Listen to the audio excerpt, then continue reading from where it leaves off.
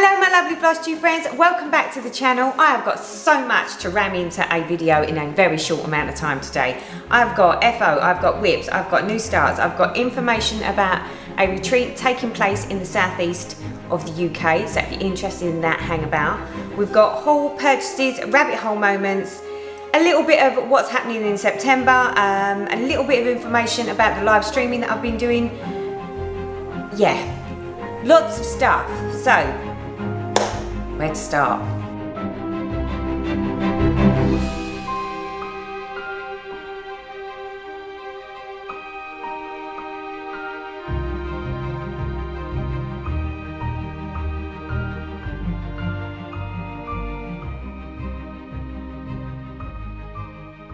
So a very warm welcomes to you all. What can I say, people? All of those lovely subscribers that have been subscribing to the channel and coming and hanging out with me, very much appreciated.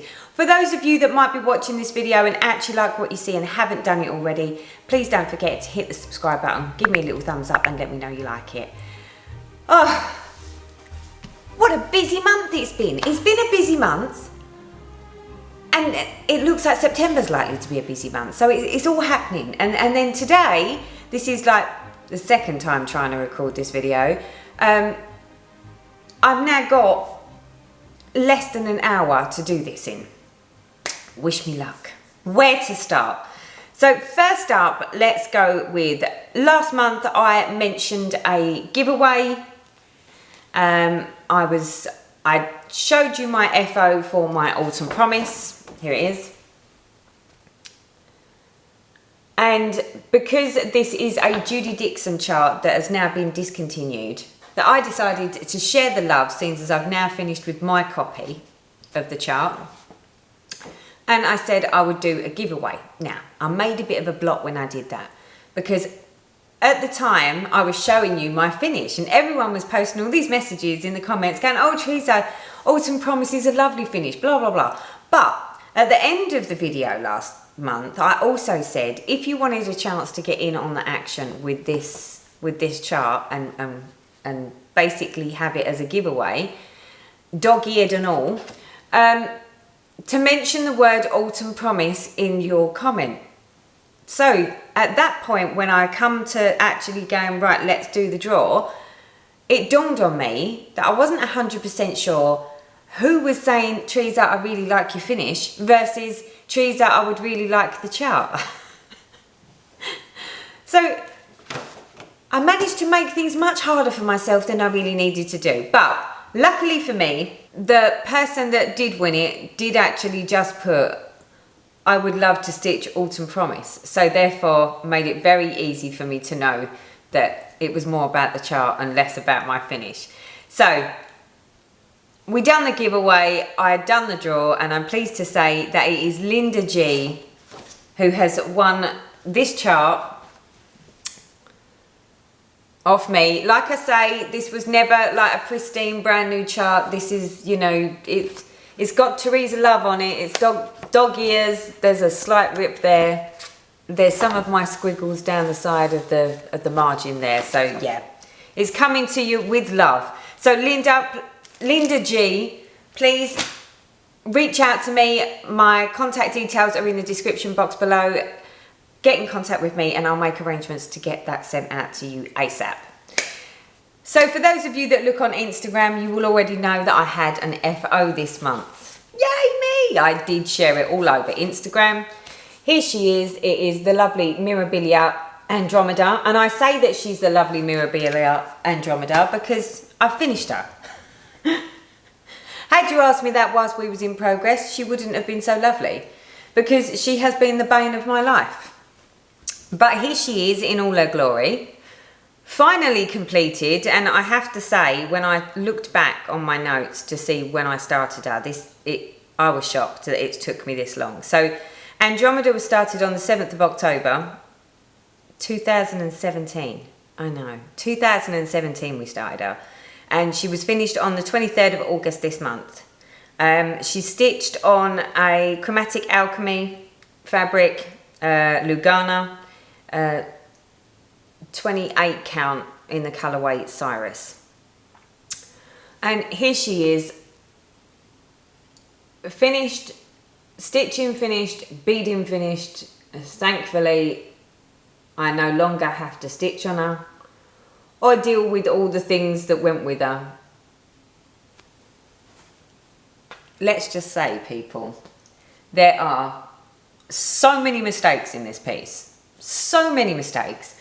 But I was adamant, I'm like, I'm not pulling that out. I am not going back. I am not changing it. I will fudge it. I will make it work for me. So if you have done this chart and you're looking at this up close and you're like, oh, Teresa, yours doesn't look quite like mine. It won't do. Mine's unique. It's unique to me because it's wrong. But I mean, I will point out some areas where it is wrong. So we had a bit of an issue over here with the arms because, of course, the wiggly back stitch with the arms, always an issue for me. And somehow the count went slightly off with the stitching 1/1, which can happen because it's not charted 1/1 on Mirabilia. We just make life more difficult for ourselves. And because there was this huge problem right here where her arms are up, where she's got like a, I don't know, bracelet type thing on, there was something really not quite right there. And I was like, there is no way, absolutely no way am I frogging 1/1 on a 28 count. So I was like, I'm fudging it. So I used the beads to basically disguise the error. And that's fine. I'm absolutely fine with that. So for any of you that sort of, you know, come up against some problems when we're stitching on these ladies, or stitching on anything really, and you sit there thinking, oh no, you know, if you've got so far and it's like, well, to unpick it is just like, you know, days of work. Unless you're an absolute perfectionist that has to have it exactly the same as the chart, there are things that we can do to fudge things. If you're going to be putting beads on things, or, you know, there are ways round to fudge it. I mean, unless you've got like, you know, a border that doesn't match up, where it's completely obvious, there's no way for you to sort of like take your eye away from that. With this, you can't tell. So I'll be totally honest, there are at least 5 or 10 count issues and stitch issues on this piece. And now, when I've finished her, I can't even find them. Obviously, there's a few that I do know about, but there are some that are in there that I know are there, but if you ask me to point them out where they are, I couldn't tell you. So, but yeah, absolutely over the moon with the fact that I now have her done. She does not need to be stitched on anymore or beaded anymore. And of course the back stitch, I don't understand. I mean, a lot of you reached out as usual throughout videos and have said, Teresa, rather than doing the normal back stitch, maybe catch the back stitch. I don't think that's going to help. I still don't seem to be able to sort of make my lines look like they do on the chart. So yeah, it's fine. It's fine. She's done. So I'm pleased to say that the framer has recently got in touch with me, because he's been so busy with the whole sort of, you know, catching up and backlog with, you know, the fact that COVID happened. I think I'm going to see him next week, and I'm taking Autumn Promise and Andromeda to go and sort out their frames. Yay! Okay, so that is the FO. So on to the whips, of which I'll be completely honest with you, there's very little. Very little. All is going to become apparent as we work our way through this video. So next up is Alternative Reality, which only ever has actually had 2 days of stitching on in August. And this one is stitched on 25 count Easy Guide Ecru 1/1. She's still on the frame. Here she is. And I've been working on these areas here. Now, I've always stitched my full coverage pieces using Good Notes. That was when I done my full coverage series. That was what I sort of told everyone. You know, they said, how do you do it? I didn't work from a paper chart. I've always worked electronically. I had Good Notes on my iPad, and I would import the chart from Heaven and Earth Designs, where it's page by page, and then I would work page by page. So most of the time I will stitch in a 10 by 10 block in a diagonal across the single page, and then finish the page so it will square itself off, and then move to the next page. Since then, I've altered, and we do this when we're stitching on things. We change the way we do it to suit ourselves, and you know, we'll try this and try that. Well, one thing that I have noticed is I can easily get bored staying in one area. So sometimes you'll have a whole page that will be all backgrounded and it'll be all blue, and it's like, wow, this is getting really dull now. So I'm adapting. So I've switched over to Pattern Keeper, and I have to say, for those of you that have got an Android, it is a deal breaker. I'll be completely honest. It's such a game changer for the stitching. The difference is in something like GoodNotes, you only see one page at a time. When you work with Pattern Keeper, although you import the chart as page by page, it actually sorts it so that it brings it up as a whole picture and puts it all in order for you. The beauty of that is, so for instance, I don't diagonal stitch. I know I go diagonally across, but I don't diagonally stitch. I stitch my blocks diagonally in a 10 by 10. Now, if you're looking to do diagonal stitching, I know that Blitz Stitch put a video out. I did try to see it, to follow it, but it was a bit complicated for me. But Karen at the Needlebug, she simplified his version of it. And I know that a lot of people have switched over to diagonal stitching. Now, I'm not a diagonal stitcher and never will be. I'm definitely a block stitcher, but I do like the whole diagonal stitching. Now, this is where I'm making some alterations. So, because I find that I get very bored staying on the same page in the same area for so long, because it takes me so long, I'm just slow, obviously. And the fact that I now work with Pattern Keeper, which actually makes it so that the chart is the full chart, like top to bottom and side to side, I've now decided that I'm going to start doing blocks diagonal, but not across pages. I'm going to do it across the whole design. So at the moment, I've basically been working my way across here, because this is more than one page across here. And I've been working my way across to get these so that these sit in a line diagonally. And then I will make the decision of whether I go up to the top here or I come down to the bottom there. And then I will stitch diagonally to match that up, with the intention that I will get a full diagonal across the whole design, and then that way I will work my way across the diagonal of the whole design.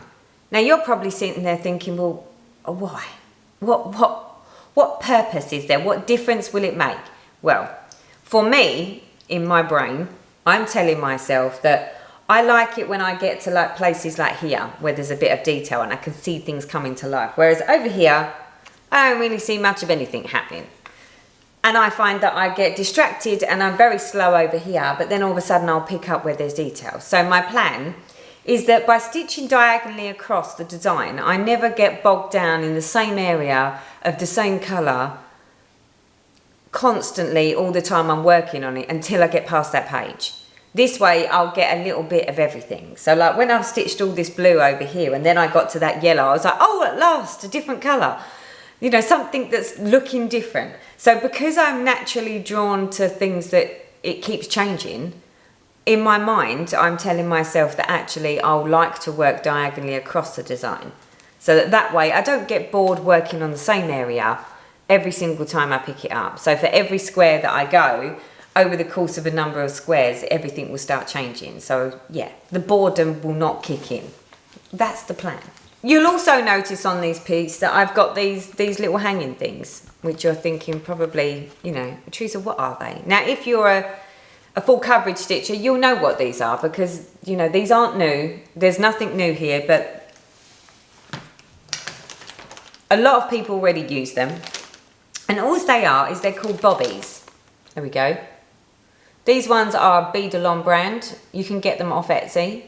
I'll put a link to them in my description box below. Now, I didn't used to use these. I've known about them for a long time, but never used them. I used to use my needle minders. So I used to put one needle minder there, one needle minder over here. And then when I had all my park threads and I was going to start working on it, the ones that I'm not using, I would hook up over there, and I'd hook these ones down under there and just leave the hanging ones for the ones that I'm working on. But I do find that these are good. I do like them. So they just hold my threads and they keep everything. So what I'll do is when I'm working on this, I will move these down here so that they're not quite so close. And then I just take out the threads for the block that I'm working on, so that they're the only ones that are hanging down the project, and everything else is all nice and secure so that it doesn't all get caught up. The way these work, for those of you that don't know, they come like this, and you click them open, and when you click them open, they turn into these. And then all you do is you wind or wrap your threads up, your parked threads, into this, and then close it, and then that secures all of your park threads. So for those of you that are doing parking and you've got threads going everywhere and you haven't quite found a thing that works for you, maybe the bobbies will be another option for you to try.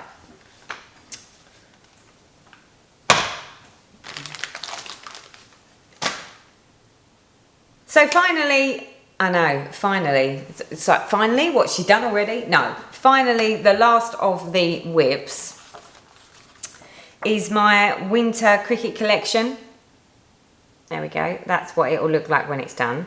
And again, totally honest with you, very little stitching on this one.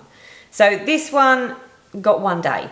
And when I say 1 day, it was 1 day whilst I was poochie sitting. I was looking after a little puppy, and this little puppy was all over the place and it was going nuts, as they do.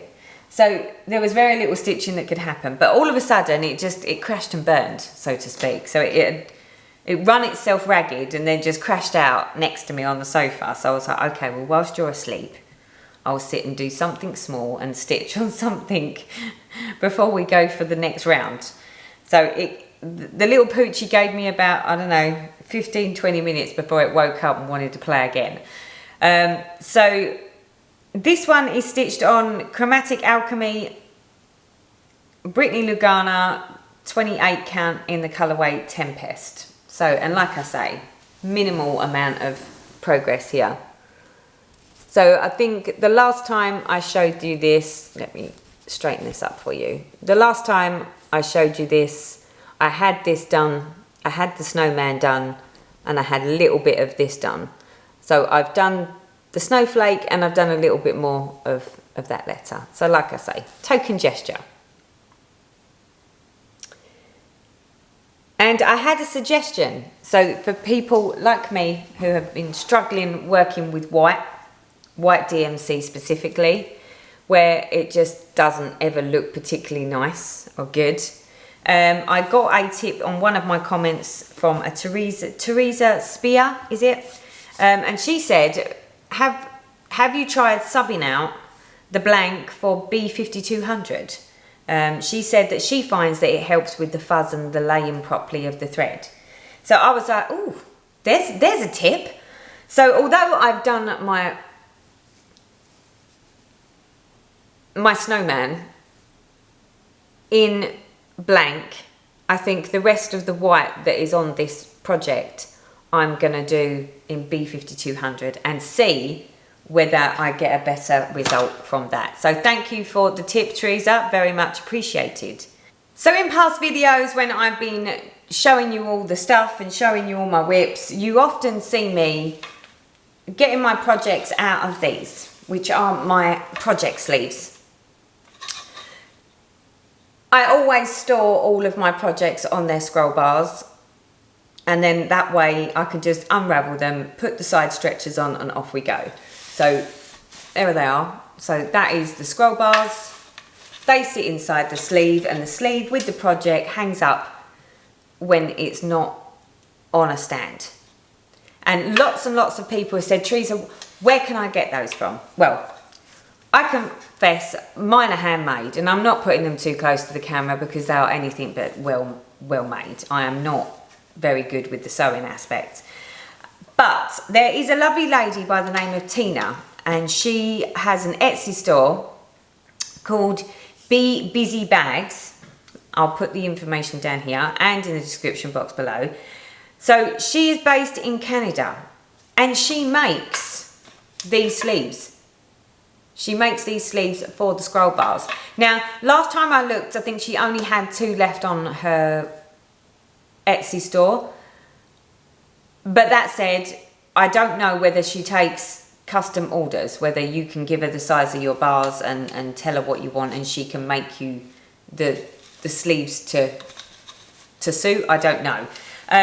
But she doesn't just do sleeves. So she does the sleeves, she does bags, she does grime guards, she does notion pouches, she does needlework bags, she does flossy friends, she does lanyards, wristlets, and all the stuff. And to be honest, if she wasn't based in Canada, I would be purchasing these off of her all day long. But the fact that obviously by the time I pay for them and then I pay for the shipping, it almost doubles the price for me. But for those of you that are in the Northern Hemisphere or, you know, Canada, the US, or someone that's happy to pay the shipping, you should really go and check out her site, her store, because yeah, if you're looking for sleeves, she's your lady. So of course, I had to have some new starts. You know, if I'm off work at the moment, so it was like, I want new starts, and I really felt the need to be having some new starts. And I reached out to you all and said to you, I'm going to do a live stream. You know, should I work on something else, or should I have a new start? Needless to say, you all commented back and posted on there with a huge majority, let me say, saying, have a new start, Teresa. So you totally enabled me. So it wasn't my fault. I was happy to work on something else. But no. Not my fellow enabling friends. You all thought I needed something else to work on. So I did. I heed your advice. So we started the drawn thread, and a massive majority, because I gave you an option of all the drawn thread ones on a video. And I was expecting everyone to be coming back with, you know, autumn or spring. Oh no. Oh no. So here we are in August, and you all have me stitching Christmas. Not even just winter. You've got me stitching Christmas. So this is the drawn thread Welcome Christmas. And I have to say, I have to thank you all, because I absolutely love it. Absolutely love it. I'm thoroughly enjoying myself working on this. So I managed to get my hands on some fabric for this. So I've gone with a 28 count Brittany Lugana in the colourway Pearl. I've gone with all of the dinky dyes.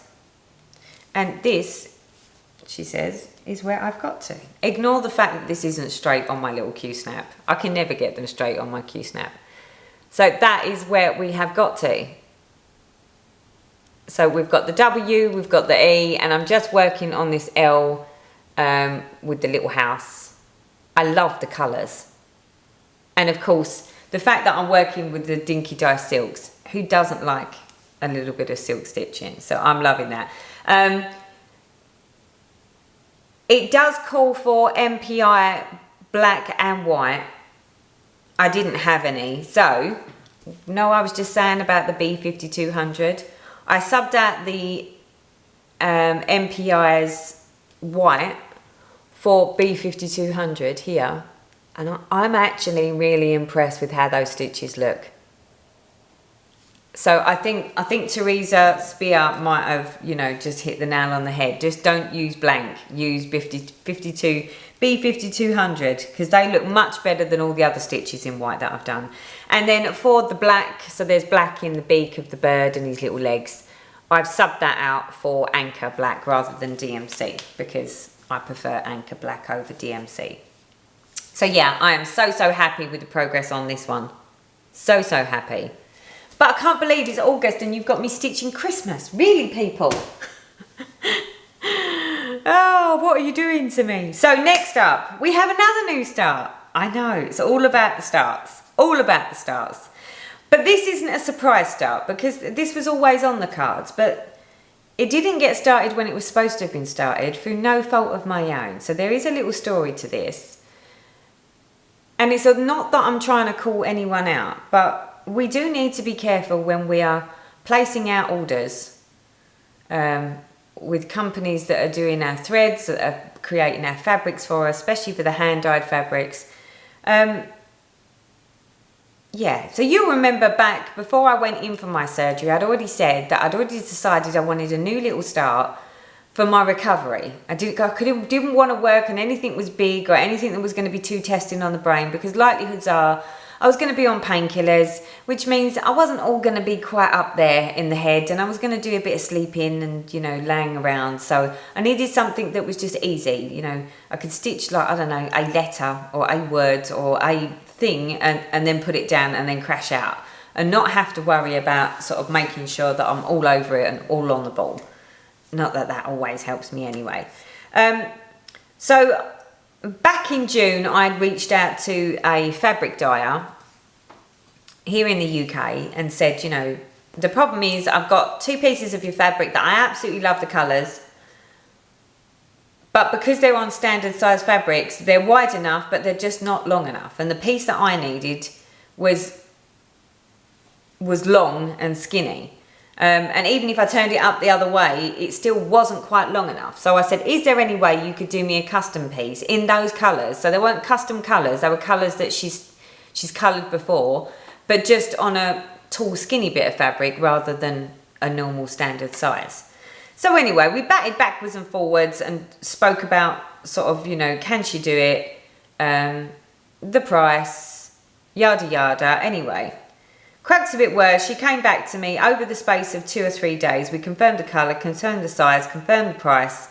And then on the Wednesday the 30th of June, I got an email saying, here's your PayPal invoice. If you make payment now, I'll have the fabric in the post to you for Friday, the 1st of July, first class. Her words, not mine. So I was like, fine. So on Wednesday, the 30th of June, of course, I made the payment. She said that she was sending it on the Friday, first class. I went in for surgery on the Monday. So I sat around waiting for a week or so, because obviously I was laid up and I was thinking, well, you know, maybe she had a delay in getting it in the post, or maybe there's a delay with the post given everything that's happening. Anyway, the fabric never showed up. And then basically that was the last I ever heard from her or anything to do with my bit of fabric. So anyway, being an unimpatient person, even though I'd sort of said I wanted to do it while I was recovering, I was like, well, I can wait a few weeks. You know, I'm sure I can find something else to stitch on, but I'll wait a few weeks. So I've waited and waited. And then it just so happened that I was flicking through Facebook and I saw a message. I saw someone make a comment on one of the Facebook pages that I was connected to. Not having a rant, but mentioning that she had this order placed for her fabric, and now the fabric dyers basically posted something up on the website saying they're not taking orders anymore until September, but she hasn't even got her fabric yet she paid for it back in March. So I was like, oh. So you know when that sends off alarm bells. So Chris, I've done nothing more than go to the website for the fabric that I was waiting for, and true enough, it was the same one. I had every reason to have the alarm bells ringing, so I was like, damn it, okay. So I was like, well, that would explain why it hasn't turned up, or does it? You know, I don't want to jump to a conclusion to say, well, I haven't got my fabric because she hasn't sent it, when she could have sent it. So I'd done nothing more than to send an email to say, look, you said you were sending my fabric on the Friday. I still haven't received the fabric. Can I just check? Has it got lost in the post, or did you not send it? So on the 16th of July, I sent an email saying that I was worried that my fabric had got lost in the post, and could she confirm that she had sent it, and that was, you know, it was a case that it had got lost in the post. That was the reason that I haven't got it. And I got an out of office email bounce back from mine, which basically said, please note, I will not be taking any new orders via the website, email or Facebook until September. The website is active for browsing but won't be able to place any orders. Open orders for things that are in stock are in progress and will be sent. I am attempting to clear the hand dye order backlog that has built up due to supply issues and the knock-on effect that they've had on my health. Now, I do understand. I do understand. And we have got the backs of our fabric dyers and for our sole traders and the people that are, in all intents and purposes, one-man band. However, if you say to your customers that have handed over their hard-earned cash that you're going to put something in the post to them and then don't, and then basically go to the effort of having an out-of-office set up and putting a notice on your website to say that, you know, you won't be doing further orders, you're letting all of your customers that aren't actually customers yet know that you're not going to be fulfilling orders, but they can have a look. But you're not looking after the ones that have actually handed over the money. You know, at the end of the day, we've handed our money over on the understanding that within a rough amount of time of 4 to 6 weeks-ish that we're likely to see our fabric. But then if you can set up an out of office, you could have done a BCC email out to all of the people that have got orders, your current customers with orders, and say, I'm ever so sorry, I'm not going to get your fabrics out to you. You know, would you like a refund? Because really that's what this needed. It needed, if you was unable to fulfill the orders, it needed some sort of communication to your customers. Chances are, I would say that 80% of your customers would say, do you know what, it doesn't matter. You know, just get it to me when you can, but thank you for keeping me informed. Because like me, had I known back in July that that was the case and that I wasn't going to get my fabric for this particular reason, I would have been like, don't worry, leave the order in place because it'll always come in handy on another project, but I'll go somewhere else and to go to another supplier to get my fabric now because I want to start what I want to start now, not just be waiting endlessly. You know, the common courtesy thing to do is to keep people in the picture. And I'm sorry, but I really don't think that's the way to do business. You know, if you know you're running into problems, then surely you should be reaching out to your customers that you've took money from and said that you're gonna ship the orders and let them know. 1, to put them in the picture, or 2, to give them the option to be able to say, do you know what, don't worry, I'll take a refund please, because I know where I can get the fabric elsewhere and it's not a problem. Just saying. But because of that, I didn't have my new start at the beginning of July, which was originally the plan. But I've managed to come up with an alternative and thought, well, it's not quite what I thought I was going to have, because obviously I didn't have the fabric in a pale blush or a pale pink, which was my original way of envisioning it. This is a long-winded way to say I have a new start, but I needed to have that little rant. I don't rant very often on my channel, but I felt that this really needed to be put out there. So, you know, we need to be careful as customers that when we're putting our orders in with these vendors and suppliers, that we know what we're getting ourselves into, because, yeah, here we are, September the 2nd, of an order that I put in on Wednesday the 30th of June, and I've still not got any fabric. And it's not even a big bit of fabric. It's a small bit of fabric. And that's the point. Not everyone has got enough money in any 1 month or any 2 months to be spending £30–40 on one bit of fabric that then doesn't turn up, and then the vendor or, you know, the supplier doesn't get in contact, doesn't get back to you, doesn't do anything. So unless you've got another £30–40 that you can now go and throw at another vendor or supplier to get your fabric, you're fabricless and you're out of pocket. But not everyone has got like £80 a month that they can spend so that they can end up with 2 orders for 2 lots of fabric and then either put a dispute in with PayPal or request a refund and sit and wait for it. I'm just saying. There you go. Rant done. Breathe.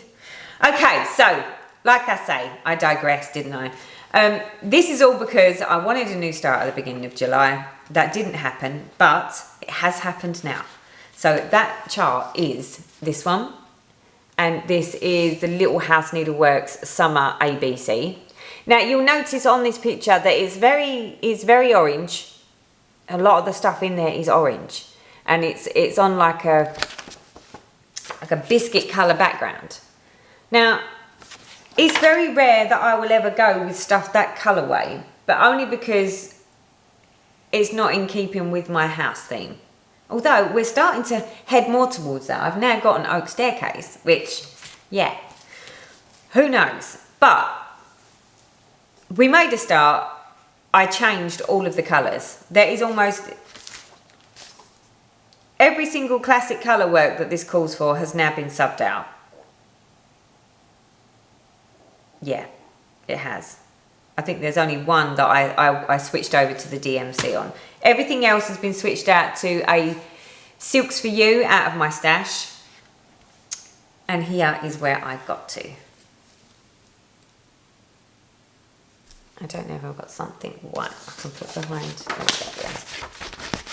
There we go. So you can see mine is more pinks. It's much more pinky.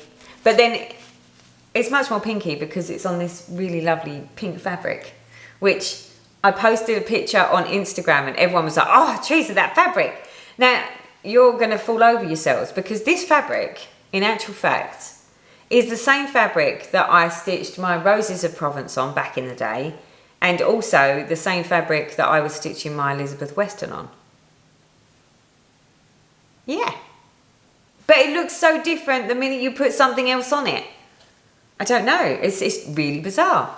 Really bizarre. I mean, I loved the fabric, but I didn't realise I loved it that much until I started putting this on it. So yeah, so that is where I've got to. So I started at the middle of the chart and I've worked my way down. And again, I've been stitching this on the live streams. So we have another new start. See, I was just all about, I wanted some small stuff. I've been enjoying the finishing buzz. And I know that when I go back into London, which is not very far away now, you know, and I go back to work full time and back into the thick of it, my stitching's going to slow down, which means, yeah, and then when you know you've got nothing but huge big projects that are going to take months, possibly years to finish, it's sort of like, well, that means I've got no finishes coming. So this way I've got some finishes coming. So that was all of the new stuff that I wanted to share with you. However, when talking to you about the fabrics and the reason that I worked out actually there's a fix for the fabric that I was missing, you'll all remember back on my birthday I had a new start for the Elizabeth Weston Hands Across the Sea chart. It's this one.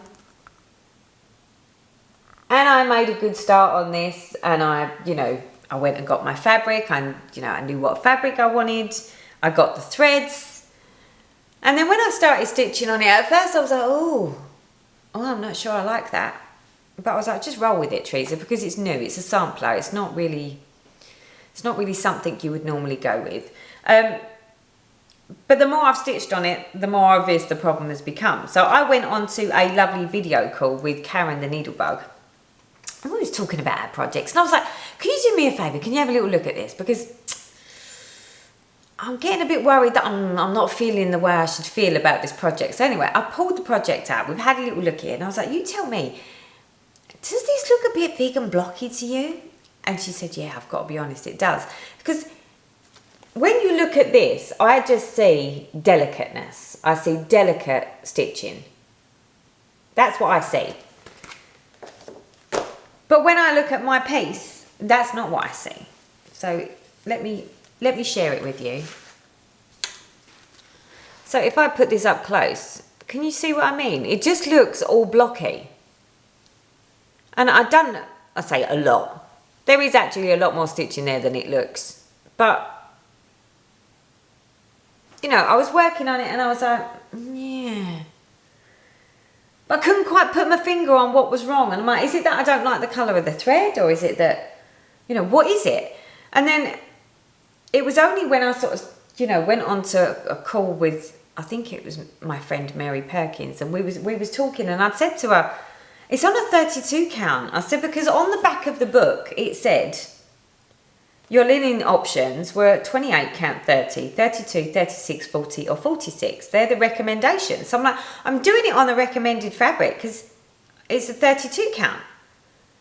But then as she pointed over to me that actually when you're stitching over 2, which is what I'm doing, you're actually stitching 16 count, which makes it really big. So I was like, But then someone else threw a suggestion at me, was like, maybe Teresa, just start it again, but do it 1/1.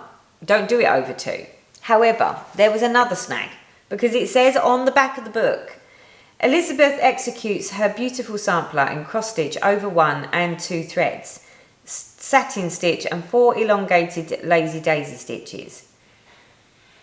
So in actual fact, the chart has already got over 2 and over 1 stitching in it. So I was like, well, if I change the whole thing to over 1, I'm going to lose the delicateness of the portions that are charted as over 1. So needless to say, I wasn't happy. And I thought, you know what, I need to rethink this, because there's no way. I mean, look at the size of this fabric. This fabric is the size that it needs to be for this project on a 32 count. So I'm like, well, it's going to be a monster on 32 anyway. So maybe if I go to a 36 count fabric, it will make it a bit smaller as well. And I'll get that delicateness, which will then, because what I didn't take into consideration was when I decided to do this on a 32 count and I ordered the threads based on using 1 strand, not using 2 strands. So I would have had to have gone and bought a whole nother lot of the threads to have finished this piece anyway. So I'm like, okay, we're going to change all this up and we're starting again. So we have a restart, people. But when I've gone on to Pole Stitch's website and I went onto their Etsy store, and I don't know whether this is just because we are having issues with the supply, but the biggest count that she has showing is 32 count. And I'm like, well, that's no good. I need 36. So then I've gone on to a number of other fabric dyers websites, and the same thing applied. It just appeared that they only had up to a 32 count. So given that I was now looking to get a fabric that was in a smaller count, and knowing that a lot of people had spoken about this particular supplier, I decided to reach out to Expo Designs. It's a company based out in Hungary. A lot of people are talking about them on their floss tubes now. And I reached out to her and explained to her in an email that I have a project that I'm working on a 32 count, that I've got a fabric from a previous company. They don't appear to have any of that in a 36. Is there a way that she could do me a custom colour to sort of either match exactly what's on here or as close to the material that I had? Because the Tudor Rose by Pole Stitches was the perfect material for my colourway. So that was on the 21st of August. So this is the service that I was expecting, okay? So 21st of August, I've contacted her with my email. 23rd of August, she replied saying, sure, I can do a custom piece. Can you send me a picture of what you've stitched already and the design so I can see what colour it is and to see if I can dye it as per your requirement? So I sent a picture of the stitched piece that I've started, the design finish of what it should look like, and then I sent her a picture of all the threads as well. And then she came back to me on the 26th of August saying, please make your payment. Yes, I can do that. So on the 26th of August I did that, and on the 29th of August she sent me a message saying it was shipped and confirmed the tracking number. So from the 21st of August to the 29th of August, so in less than 8 days, she's managed to do the communication with me, do the dyeing, cut the fabric, and actually ship it, which I wasn't expecting. I was expecting a longish wait for it, but it just goes to show you. But never having used Expo Designs before, and that, I mean, the reason I haven't is because most of the stuff that she does is the higher count. But then when I went on to her Etsy store and you look at all of the bits and pieces that she does, it's just like, yeah. But with a service like that she offers, I will definitely be using her again going forwards, because that is beyond service. And I'm still waiting for the fabric. So as soon as I get that, then I can share that with you. So that's all exciting stuff. So moving on. Expo.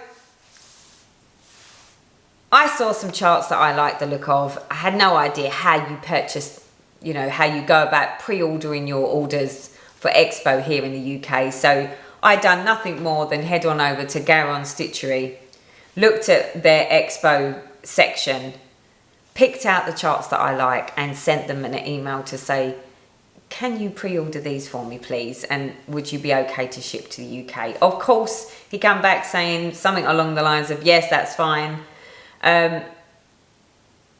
So I wanted to share with the ones that I've got because I'm so excited to get them, but they're not here yet. So the first one is Fox and Rabbit Lady Queen. I love this one, it's just so cute. And I think I've already decided that that little crown at the top just needs beading. I think I'm just going to bead that because it needs a bit of bling. So I'm going to be blinging the ladybird. So I'm excited to start that one. The next one that I went with was Frog Cottage Designs Kindness Matters. Very strange because I don't normally stitch these sorts of things, but I really, really did like that. And given that, you know, we're in the times that we're in, and that, you know, as a floss tuber, we put ourselves out there.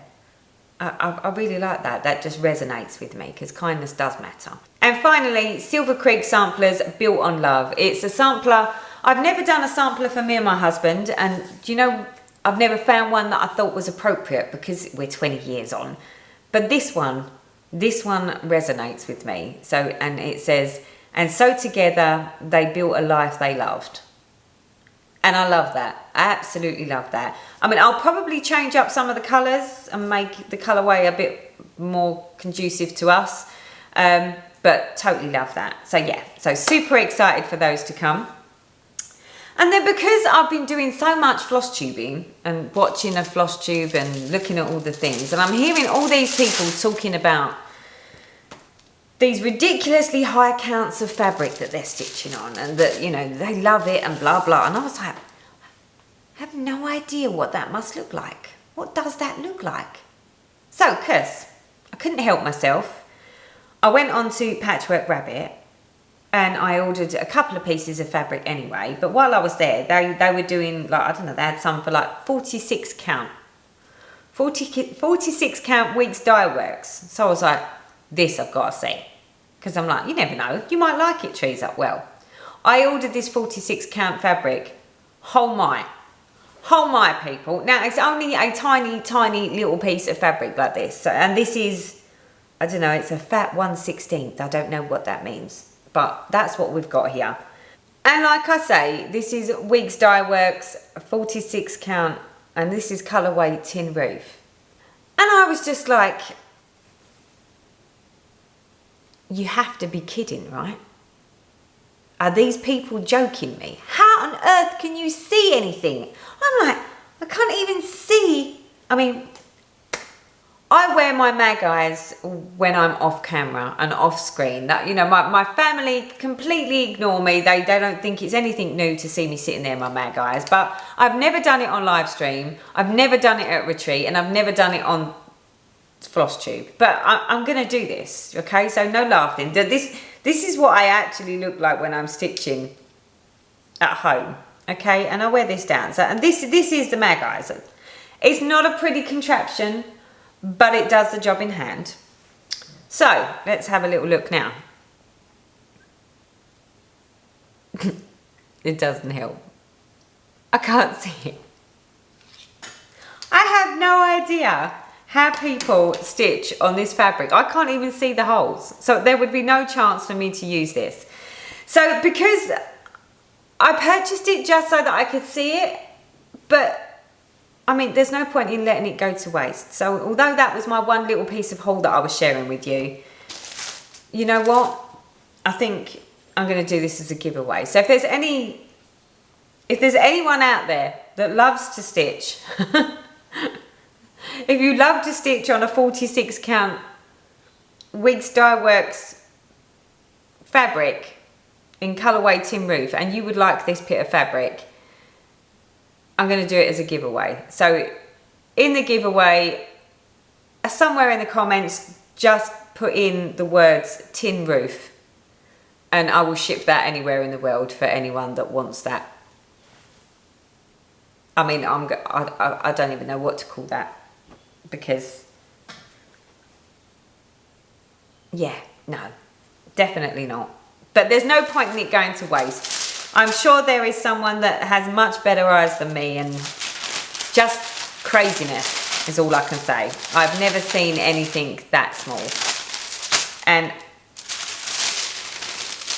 the fact that I can't even see the holes in it, there is no way that I could sort of say, well, you know, you must be able to work out where the holes are for the stitches, because I can't even see them. So that is that. So finally, there's some information about a new retreat that's taking place down in my neck of the woods. Myself and a fellow floss tuber, Ellie Welly Stitcher, she reached out to me and said that she's never been to a retreat but would love to do one. I've been to retreats but have never arranged one, so between the pair of us we've decided that we're going to do one, and we're going to try to arrange our own retreat here in Essex. So we have called it the Essex Needles Retreat, and it's going to be taking place at the Novotel Hotel at Stansted Airport. So super easy for anyone that wants to travel over to the country or travel down or around. If you want to jump on a plane and just go to Stansted Airport, the beauty of that is you don't need to worry about how you then get from the airport to the venue, because the venue is at Stansted Airport. So super easy for those that might need to travel. There is also parking facilities, so for those of you that want to drive, that is totally fine. There is parking available for you. The retreat is 18th to the 20th of March, as I said, which is the Friday to the Sunday. The stitching room will be open from first thing on Friday morning. I am aware that there are a lot of people that, because they're going to be travelling, they like to travel the day before and get a good night's sleep before the actual retreat starts. So there is an allocation for that. So for those that would be looking to use the hotel facilities and stay overnight on the Thursday night, there is a bed and breakfast option with a single occupancy room fee of £50 for the Thursday. So for anyone that would like that. So for those of you that want to come down on the Friday and do the Friday to the Sunday, that will include your room, the stitching room and your meals. A single occupancy room will be £250 and a double occupancy room will be £160 per person. Now, need to make you aware of this. The hotel only offer double beds. So if you're going to have a double occupancy room and share with someone to keep the cost down, that is totally fine, but you need to be close and cuddly enough with them that not only are you prepared to share a room with them, you're prepared to share a bed with them and get very cozy, okay? So just putting it out there. So if you're sharing a room, double occupancy in a room will be one double bed, not two twin beds, okay? So just putting that out there, making everyone aware. There is also an option for those that would love to go to the retreat but either can't afford the full weekend or don't have time for a full weekend. We can do day delegates on the Saturday.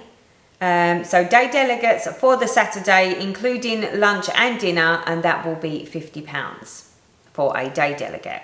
So currently at the moment we have 48 spaces available, and we have to have a minimum of 25 to secure the space at the hotel. But that's 45 plus any day delegates. So we were trying to work out how's the easiest way and the fairest way to do this. So we've come up with the plan that the fairest way to make this very much a first come first serve option to join the retreat is to do it via an email address. So I'm going to put the email address here so you can see it, and it's essexneedlesretreat@gmail.com. So the fairest way to do it is have like a go live day. So we've decided that the go live day will be Friday the 10th of September, starting at 8 AM UK time. So that's the 10th of September at 8 AM UK time. If you would like to secure a space on the retreat on a first come first serve basis, you will need to send an email to that email address along the bottom here, essexneedlesretreat@gmail.com. You will need to send it on the 10th of September at 8 AM UK time to secure your space.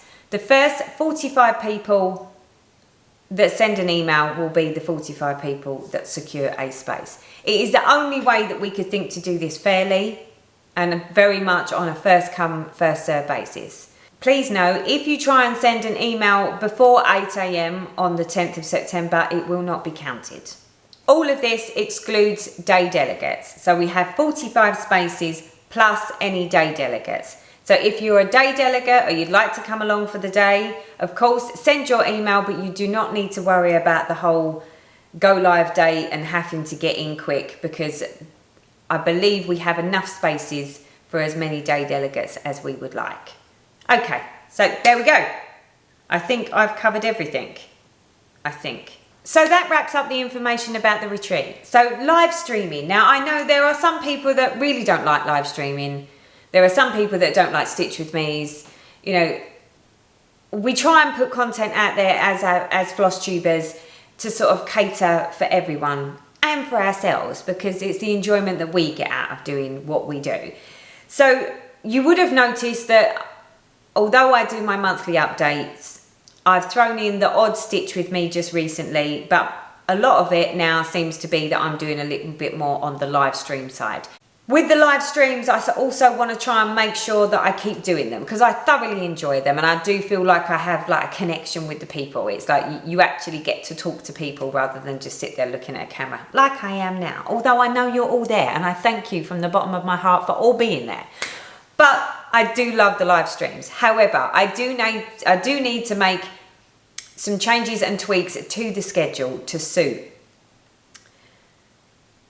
So with everything that I've got going on and the fact that I'll be going back to work, I've also now had thrown in the mix some stuff that I have to do on a Sunday morning. So because of that, I was breaking this into a Southern Hemisphere and Northern Hemisphere. So originally the plan was that I would do live streaming on a Sunday and alternate the week. So one week it would be geared more towards the Northern Hemisphere, and it would be at 6 o'clock UK time, my time, which is lunchtime US time. And then I was doing the following week one that was geared more to the Southern Hemisphere, which was 9 to 9:30 UK time, which I'm not sure, I think that's evening-ish time, Australia timing. However, I need to tweak it again, I'm afraid, because it's just not going to work. So my plan is for the Northern Hemisphere, nothing changes. Everything stays the same for you. So on the week that I do one at 6 to 6:30 UK time, which is 1300 to 1330 EDT time, that won't change. Yours will always be on a Sunday, and it will always be at that time. For those of you in the Southern Hemisphere, instead of doing a Sunday morning, the only option that I can throw out there is a Saturday morning. So it would be a Saturday morning between 9:30 UK time, which is 1800 to 1830 AEST time. That is the only way that I can do it. So that is the best I can do, I'm afraid. I'll give it a go and see how it pans out. If it doesn't work for people, then I may have to drop the one on the Saturday morning if it doesn't work for people. But that is the best I can do, I'm afraid.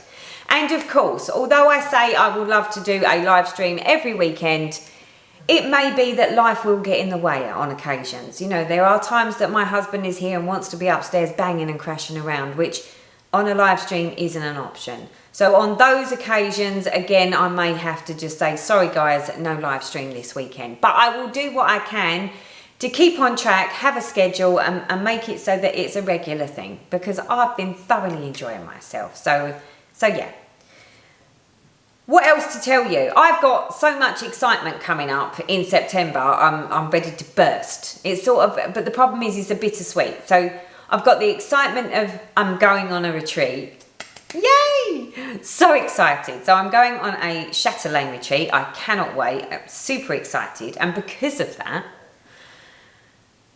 I will be taking Evening in the Park, because there's still a lot to do on Evening in the Park. But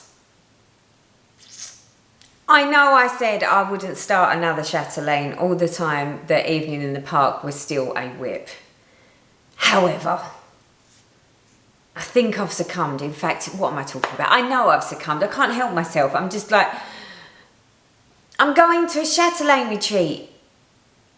I need more than one project, and I know I could take something else to stitch on, but do you know what? I'm about starting all the new things at the moment, aren't I? Have you noticed that? There's this whole trend going on, and I've decided I'm biting the bullet. I'm going to a Chatelaine retreat, so therefore I think that makes the perfect sense to have a Chatelaine new start. So I already have the thread and bead pack for the Frosty Knot Garden. Here's what it looks like. So because I already had the thread and bead pack, I'd already ordered the charts, I already had that. The only thing that I really needed to get before I made a start on it was the fabric. So I breezed everywhere that I could find the fabrics and looked at all the different options. I think I've decided on one, and it's a Jodery Designs fabric called Pixie Potion. Fingers crossed it will work for the project. I don't know because it hasn't turned up yet, but when it does, I will then make the decision. If the fabric turns up and I think it's a perfect fabric, then I will be starting a new Chatelaine at the Chatelaine retreat, because just because I want to. So there's that excitement. But this is where the bitter pill comes in. So I go to the stitching retreat from the Friday to the Sunday, and the following Monday is when I return back to work. There's the bittersweet. But it is what it is. I have to go back at some point. It just would have been nice to have an extra week or so. But it is what it is. So yeah, so I've got a few retreats coming up. So like I said, I've got the Chatelaine retreat in September. I've got another retreat that's scheduled for October. So I do feel like I've got some excitement and stuff to look forward to, which is fabulous. How much stitching I get done in September with all the, preparing to go back to work and everything that needs to be done here, I do not know. And then from that point onwards, well, only time will tell as to whether I still manage to keep my stitching levels up. But it is what it is. I've thrown myself down some rabbit holes and purchased some yarns. So instead of just stitching, there might be a little bit of knitting that throws into the equation this coming month, but I will update you on that at the end of September, and we'll see how I get on. So I think that wraps it up. I hope you'll have a wonderful month and you get lots and lots of stitching time. And until next time, people, bye bye for now.